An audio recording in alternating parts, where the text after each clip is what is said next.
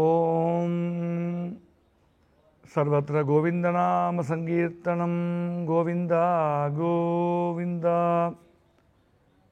விஷ்ணுஷ்சதுர்புஜோ மாலி சங்கசக்ரகதாப்ஜதிர்க் நீலாம்புஜ பிரதீகாசஹ கருடாசன சம்ஸ்திதः ஸ்ரீ மகாலட்சுமி சமேத மகாவிஷ்ணவே நமஹ. மாலை முரசு இறைநேயர்களுக்கு வணக்கங்கள். இந்த பதிவிலே ஸ்ரீ கள்ளழகர் என்று போற்றக்கூடிய மகாவிஷ்ணுடைய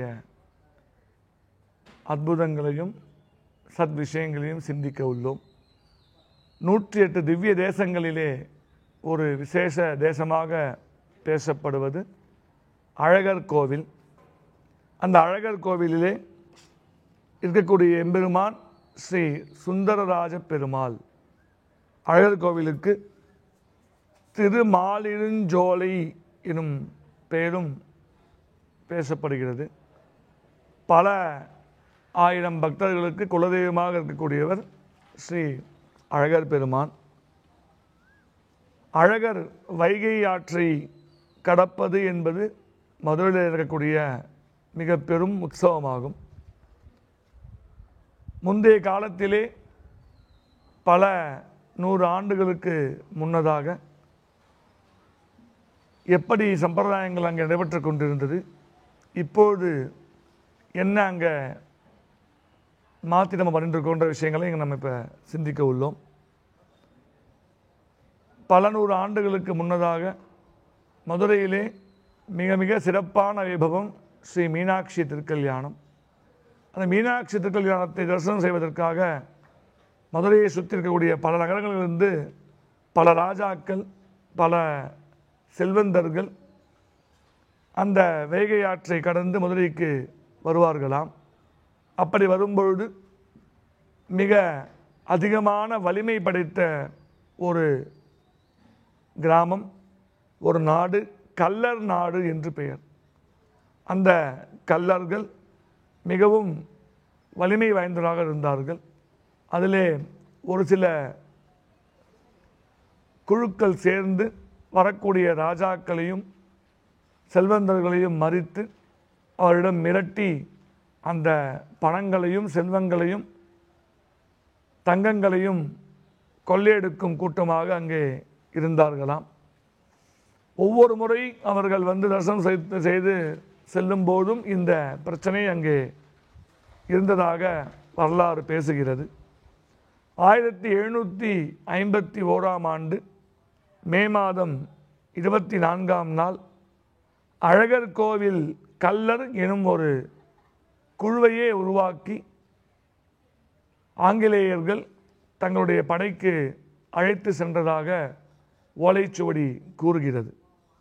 அப்படி 1767களில் அந்த கள்ளர்கள் வரி கட்ட மறுத்திருக்கிறார்கள். அதற்கு கோபம் கொண்டு 5000 கள்ளர்களை ஆங்கிலேயர்கள் தண்டனை கொடுத்ததாக செப்பேடு கூறுகிறது. அப்படி கள்ளர்கள் அதிகமாக இருந்த இடம் அந்த மதுரையை சார்ந்த தேசங்கள். மதுரையை ஆட்சி செய்த அரசர்கள் இந்த பிரம்மோற்சவம் யாருக்கும் கஷ்டத்தை அளிக்கக்கூடாது என்று எண்ணி ஒவ்வொன்றாக பார்த்து பார்த்து உற்சவத்தை செய்வார்கள்.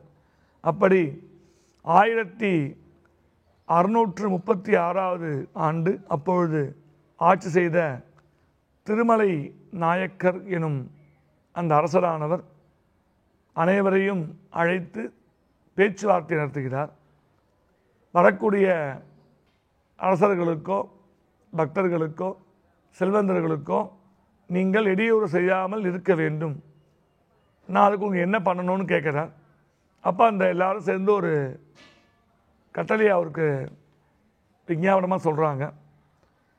எங்கள் தேசத்தில் அவர் இருக்கார், மகாவிஷ்ணு இருக்கார், அழகர் மலை இருக்குது, அதனால் இங்கேருந்து செல்லக்கூடிய அந்த மகாவிஷ்ணு எங்களை போல் வேடமிட்டு போகணும் அப்படின்றாங்க. என்ன பண்ணணும் அப்படின்னா, இப்போ எப்போவுமே அவர் சங்கு சக்கரம் வச்சுருப்பார் பெருமாள், நம்ம பார்த்துருப்போம்.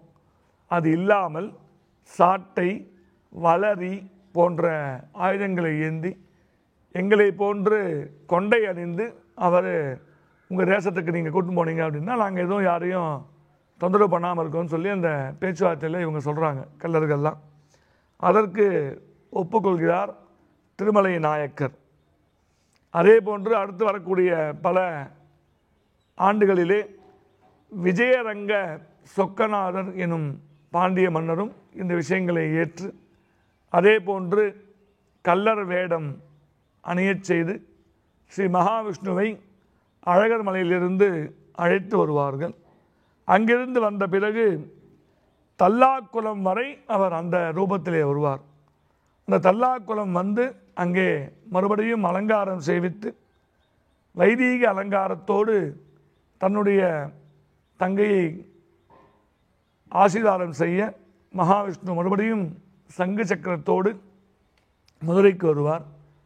இங்கே நாம் சென்ற பதிவிலே பார்த்துருக்கோம் திருக்கல்யாண மகோத்சவம். மகாவிஷ்ணு கல்யாணத்துக்கு வந்துட்டுருக்கார். கல்லர்கள் மறைச்சி அவர்கிட்ட பேசின்னு இருக்காங்க. கல்யாண முகூர்த்தம் ஆகிடுது. அந்த முகூர்த்தத்துக்கு சிவபெருமானே தன்னுடைய ரூபமாக ஒரு சங்கர நாராயணராக மகாவிஷ்ணுவை அங்கே வரச் செய்து திருக்கல்யாணத்தை பண்ணிட்டார். இப்போ மகாவிஷ்ணு வரார், அழகர், திருக்கல்யாணம் முடிஞ்சிடுது. அந்த கோபத்தில் மதுரைக்கு வராமல் மறுபடியும் வைகை ஆற்று வழியாக திரும்பி செல்வது உண்மையாக நடந்த நிகழ்வு.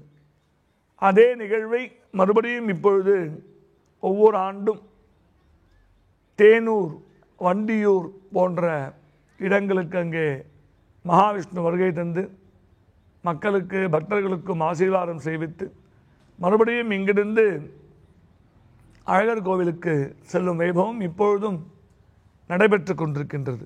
வேறு ஒரு புராணத்திலும் இந்த கல்லருடைய விசேஷங்கள் பேசப்படுகிறது. ஒரு சமயம் சுதபஸ் எனும் முனிவர் அழகர் மலையிலே இருக்கக்கூடிய நூப்புர கங்கையிலே ஸ்நானம் செய்து கொண்டிருந்தார். அந்த வழியாக சென்ற தூர்வாசர் அங்கே பார்க்கிறார். ஆனால் அந்த சுதபஸ் முனிவர் தூர்வாசரை வணங்கி தரிசித்து எதுவும் பேசவில்லை. உடனே ஆத்திரமடைந்த தூர்வாச முனிவர், நீ எப்படி குளத்தின் உள்ளே தவளை போல் இருந்து ஸ்நானம் செய்கிறாயோ நீ தவளையாக போகக் கடவாய் என்று சாபம் விடுகிறார். அப்பொழுது எழுந்து அந்த சுதபஸ் ரிஷியானவர் தனக்கு சாப விமோசனம் அளிக்க வேண்டுமாறு கேட்டுக்கொள்கிறார். அதற்கு துர்வாச முனிவர் இன்னும் சில ஆண்டுகள் கழித்து அழகர் எனும் மகாவிஷ்ணுவானவர் இந்த வைகைக்கு வருவார். அவரை நீ தரிசனம் செய்த பிறகு, அவர் பாதம் பட்ட பிறகு இந்த சாப விமோசனம் ஏற்படும் என்று அனுகிரகம் செய்கிறார். தவளை எனும் தமிழ் பதத்திற்கு வடமொழியிலே மண்டூகம் என்று கூறுவார்கள்.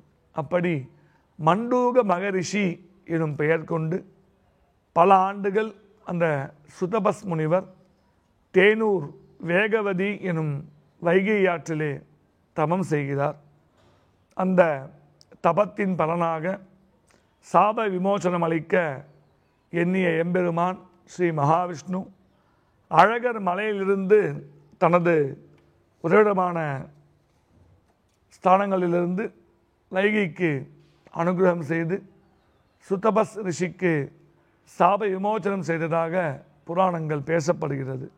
அப்படி அந்த அழகர் மலையிலிருந்து அவர் வருகை தந்த இடங்கள் வளையப்பட்டி, அலங்காநல்லூர், வயலூர் வழியாக கல்லழகர் தேனூருக்கு வருவதாக புராணங்கள் கூறுகின்றது. அந்த சாப விமோசனம் தந்து சுதபஸ் ரிஷியை மறுபடியும் ரிஷியாக தவளை ரூபத்தை மாற்றி மனித ரூபத்தை அனுகிரகம் செய்கிறார். அந்த மண்டூக மகரிஷியுடைய சாப விமோசன நிகழ்வுகளும் இன்றும் வண்டியூரிலே நடைபெற்று கொண்டிருக்கின்றது. முன்பு கூறியபடி 1653 ஆண்டு முதல் திருமலை நாயக்கரால் கட்டப்பட்ட தேனூர் மண்டபத்திலே இந்த நிகழ்வு நடைபெற்று வருகின்றது. கல்லழகரை யமதர்மராஜர் வழிபட்டு பல வரங்களை பெற்றார் என புராணங்கள் கூறுகின்றது. அவர் அந்த இடத்திலே எப்பொழுதும் பெருமாளை நிரந்தரமாக இருக்குமாறு பிரார்த்தித்து ஆலயத்தை கட்டினார் என்று புராணங்கள் பேசுகிறது. இப்படி பல சிறப்புகள் கொன்ற கள்ளழகர் எனும் மகாவிஷ்ணுவானவர் ஸ்ரீ சுந்தரராஜ பெருமாளாக வரக்கூடிய 10ஆம் தேதி புறப்பாடு செய்வித்து மே 11ஆம் தேதி எதிர் சேவையை பெற்று மே 12ஆம் தேதி அதிகாலையிலே ஆற்றிலே இறங்கி அனைவருக்கும் தரிசனத்தை அளிக்க உள்ளார். அந்த சமயத்திலே பல ஆயிரம் மக்கள் அங்கே ஒன்று கூடி தன்னுடைய பிரார்த்தனையை செய்வார்கள். பல பேருக்கு குலதெய்வமான அந்த கள்ளழகருக்கு மொட்டை அடிக்கிறதுன்னு ஒரு பிரார்த்தனை வச்சுருப்பாங்க. அதான் அந்த நேரத்தில் செய்வாங்க. பல பேர் தன்னுடைய ஒவ்வொரு குடும்ப க்ஷேமத்திற்காகவும் குடும்ப விருத்திக்காகவும் அந்தந்த பிரார்த்தனைகளை அவங்க சுவாமிகிட்ட எழுந்திருக்காங்க. அந்த பிரார்த்தனைகளை இந்த கள்ளழகர் உற்சவத்தின் போது செய்வது பழக்கமாக வைத்துள்ளார்கள். அந்த கள்ளழகர் என்பவர் பிரத்யட்சமான ஸ்ரீ மகாவிஷ்ணுவே. மகாவிஷ்ணுவே தான் ஸ்ரீ சுந்தரராஜ பெருமானாகவும் அழகராகவும் கல்லழகராகவும் காட்சி கொடுத்து அனைவருக்கும் அனுகிரகம் செய்கின்றார். அந்த தினத்திலே அனைவரும் மதுரை எம்பதிக்கு சென்று மகாவிஷ்ணுவை தரிசித்து மகாவிஷ்ணுடைய பரிபூர்ண அனுகிரகத்தை பெறுமாறு கேட்டுக்கொண்டு நிறைவு செய்கிறோம். வணக்கம்.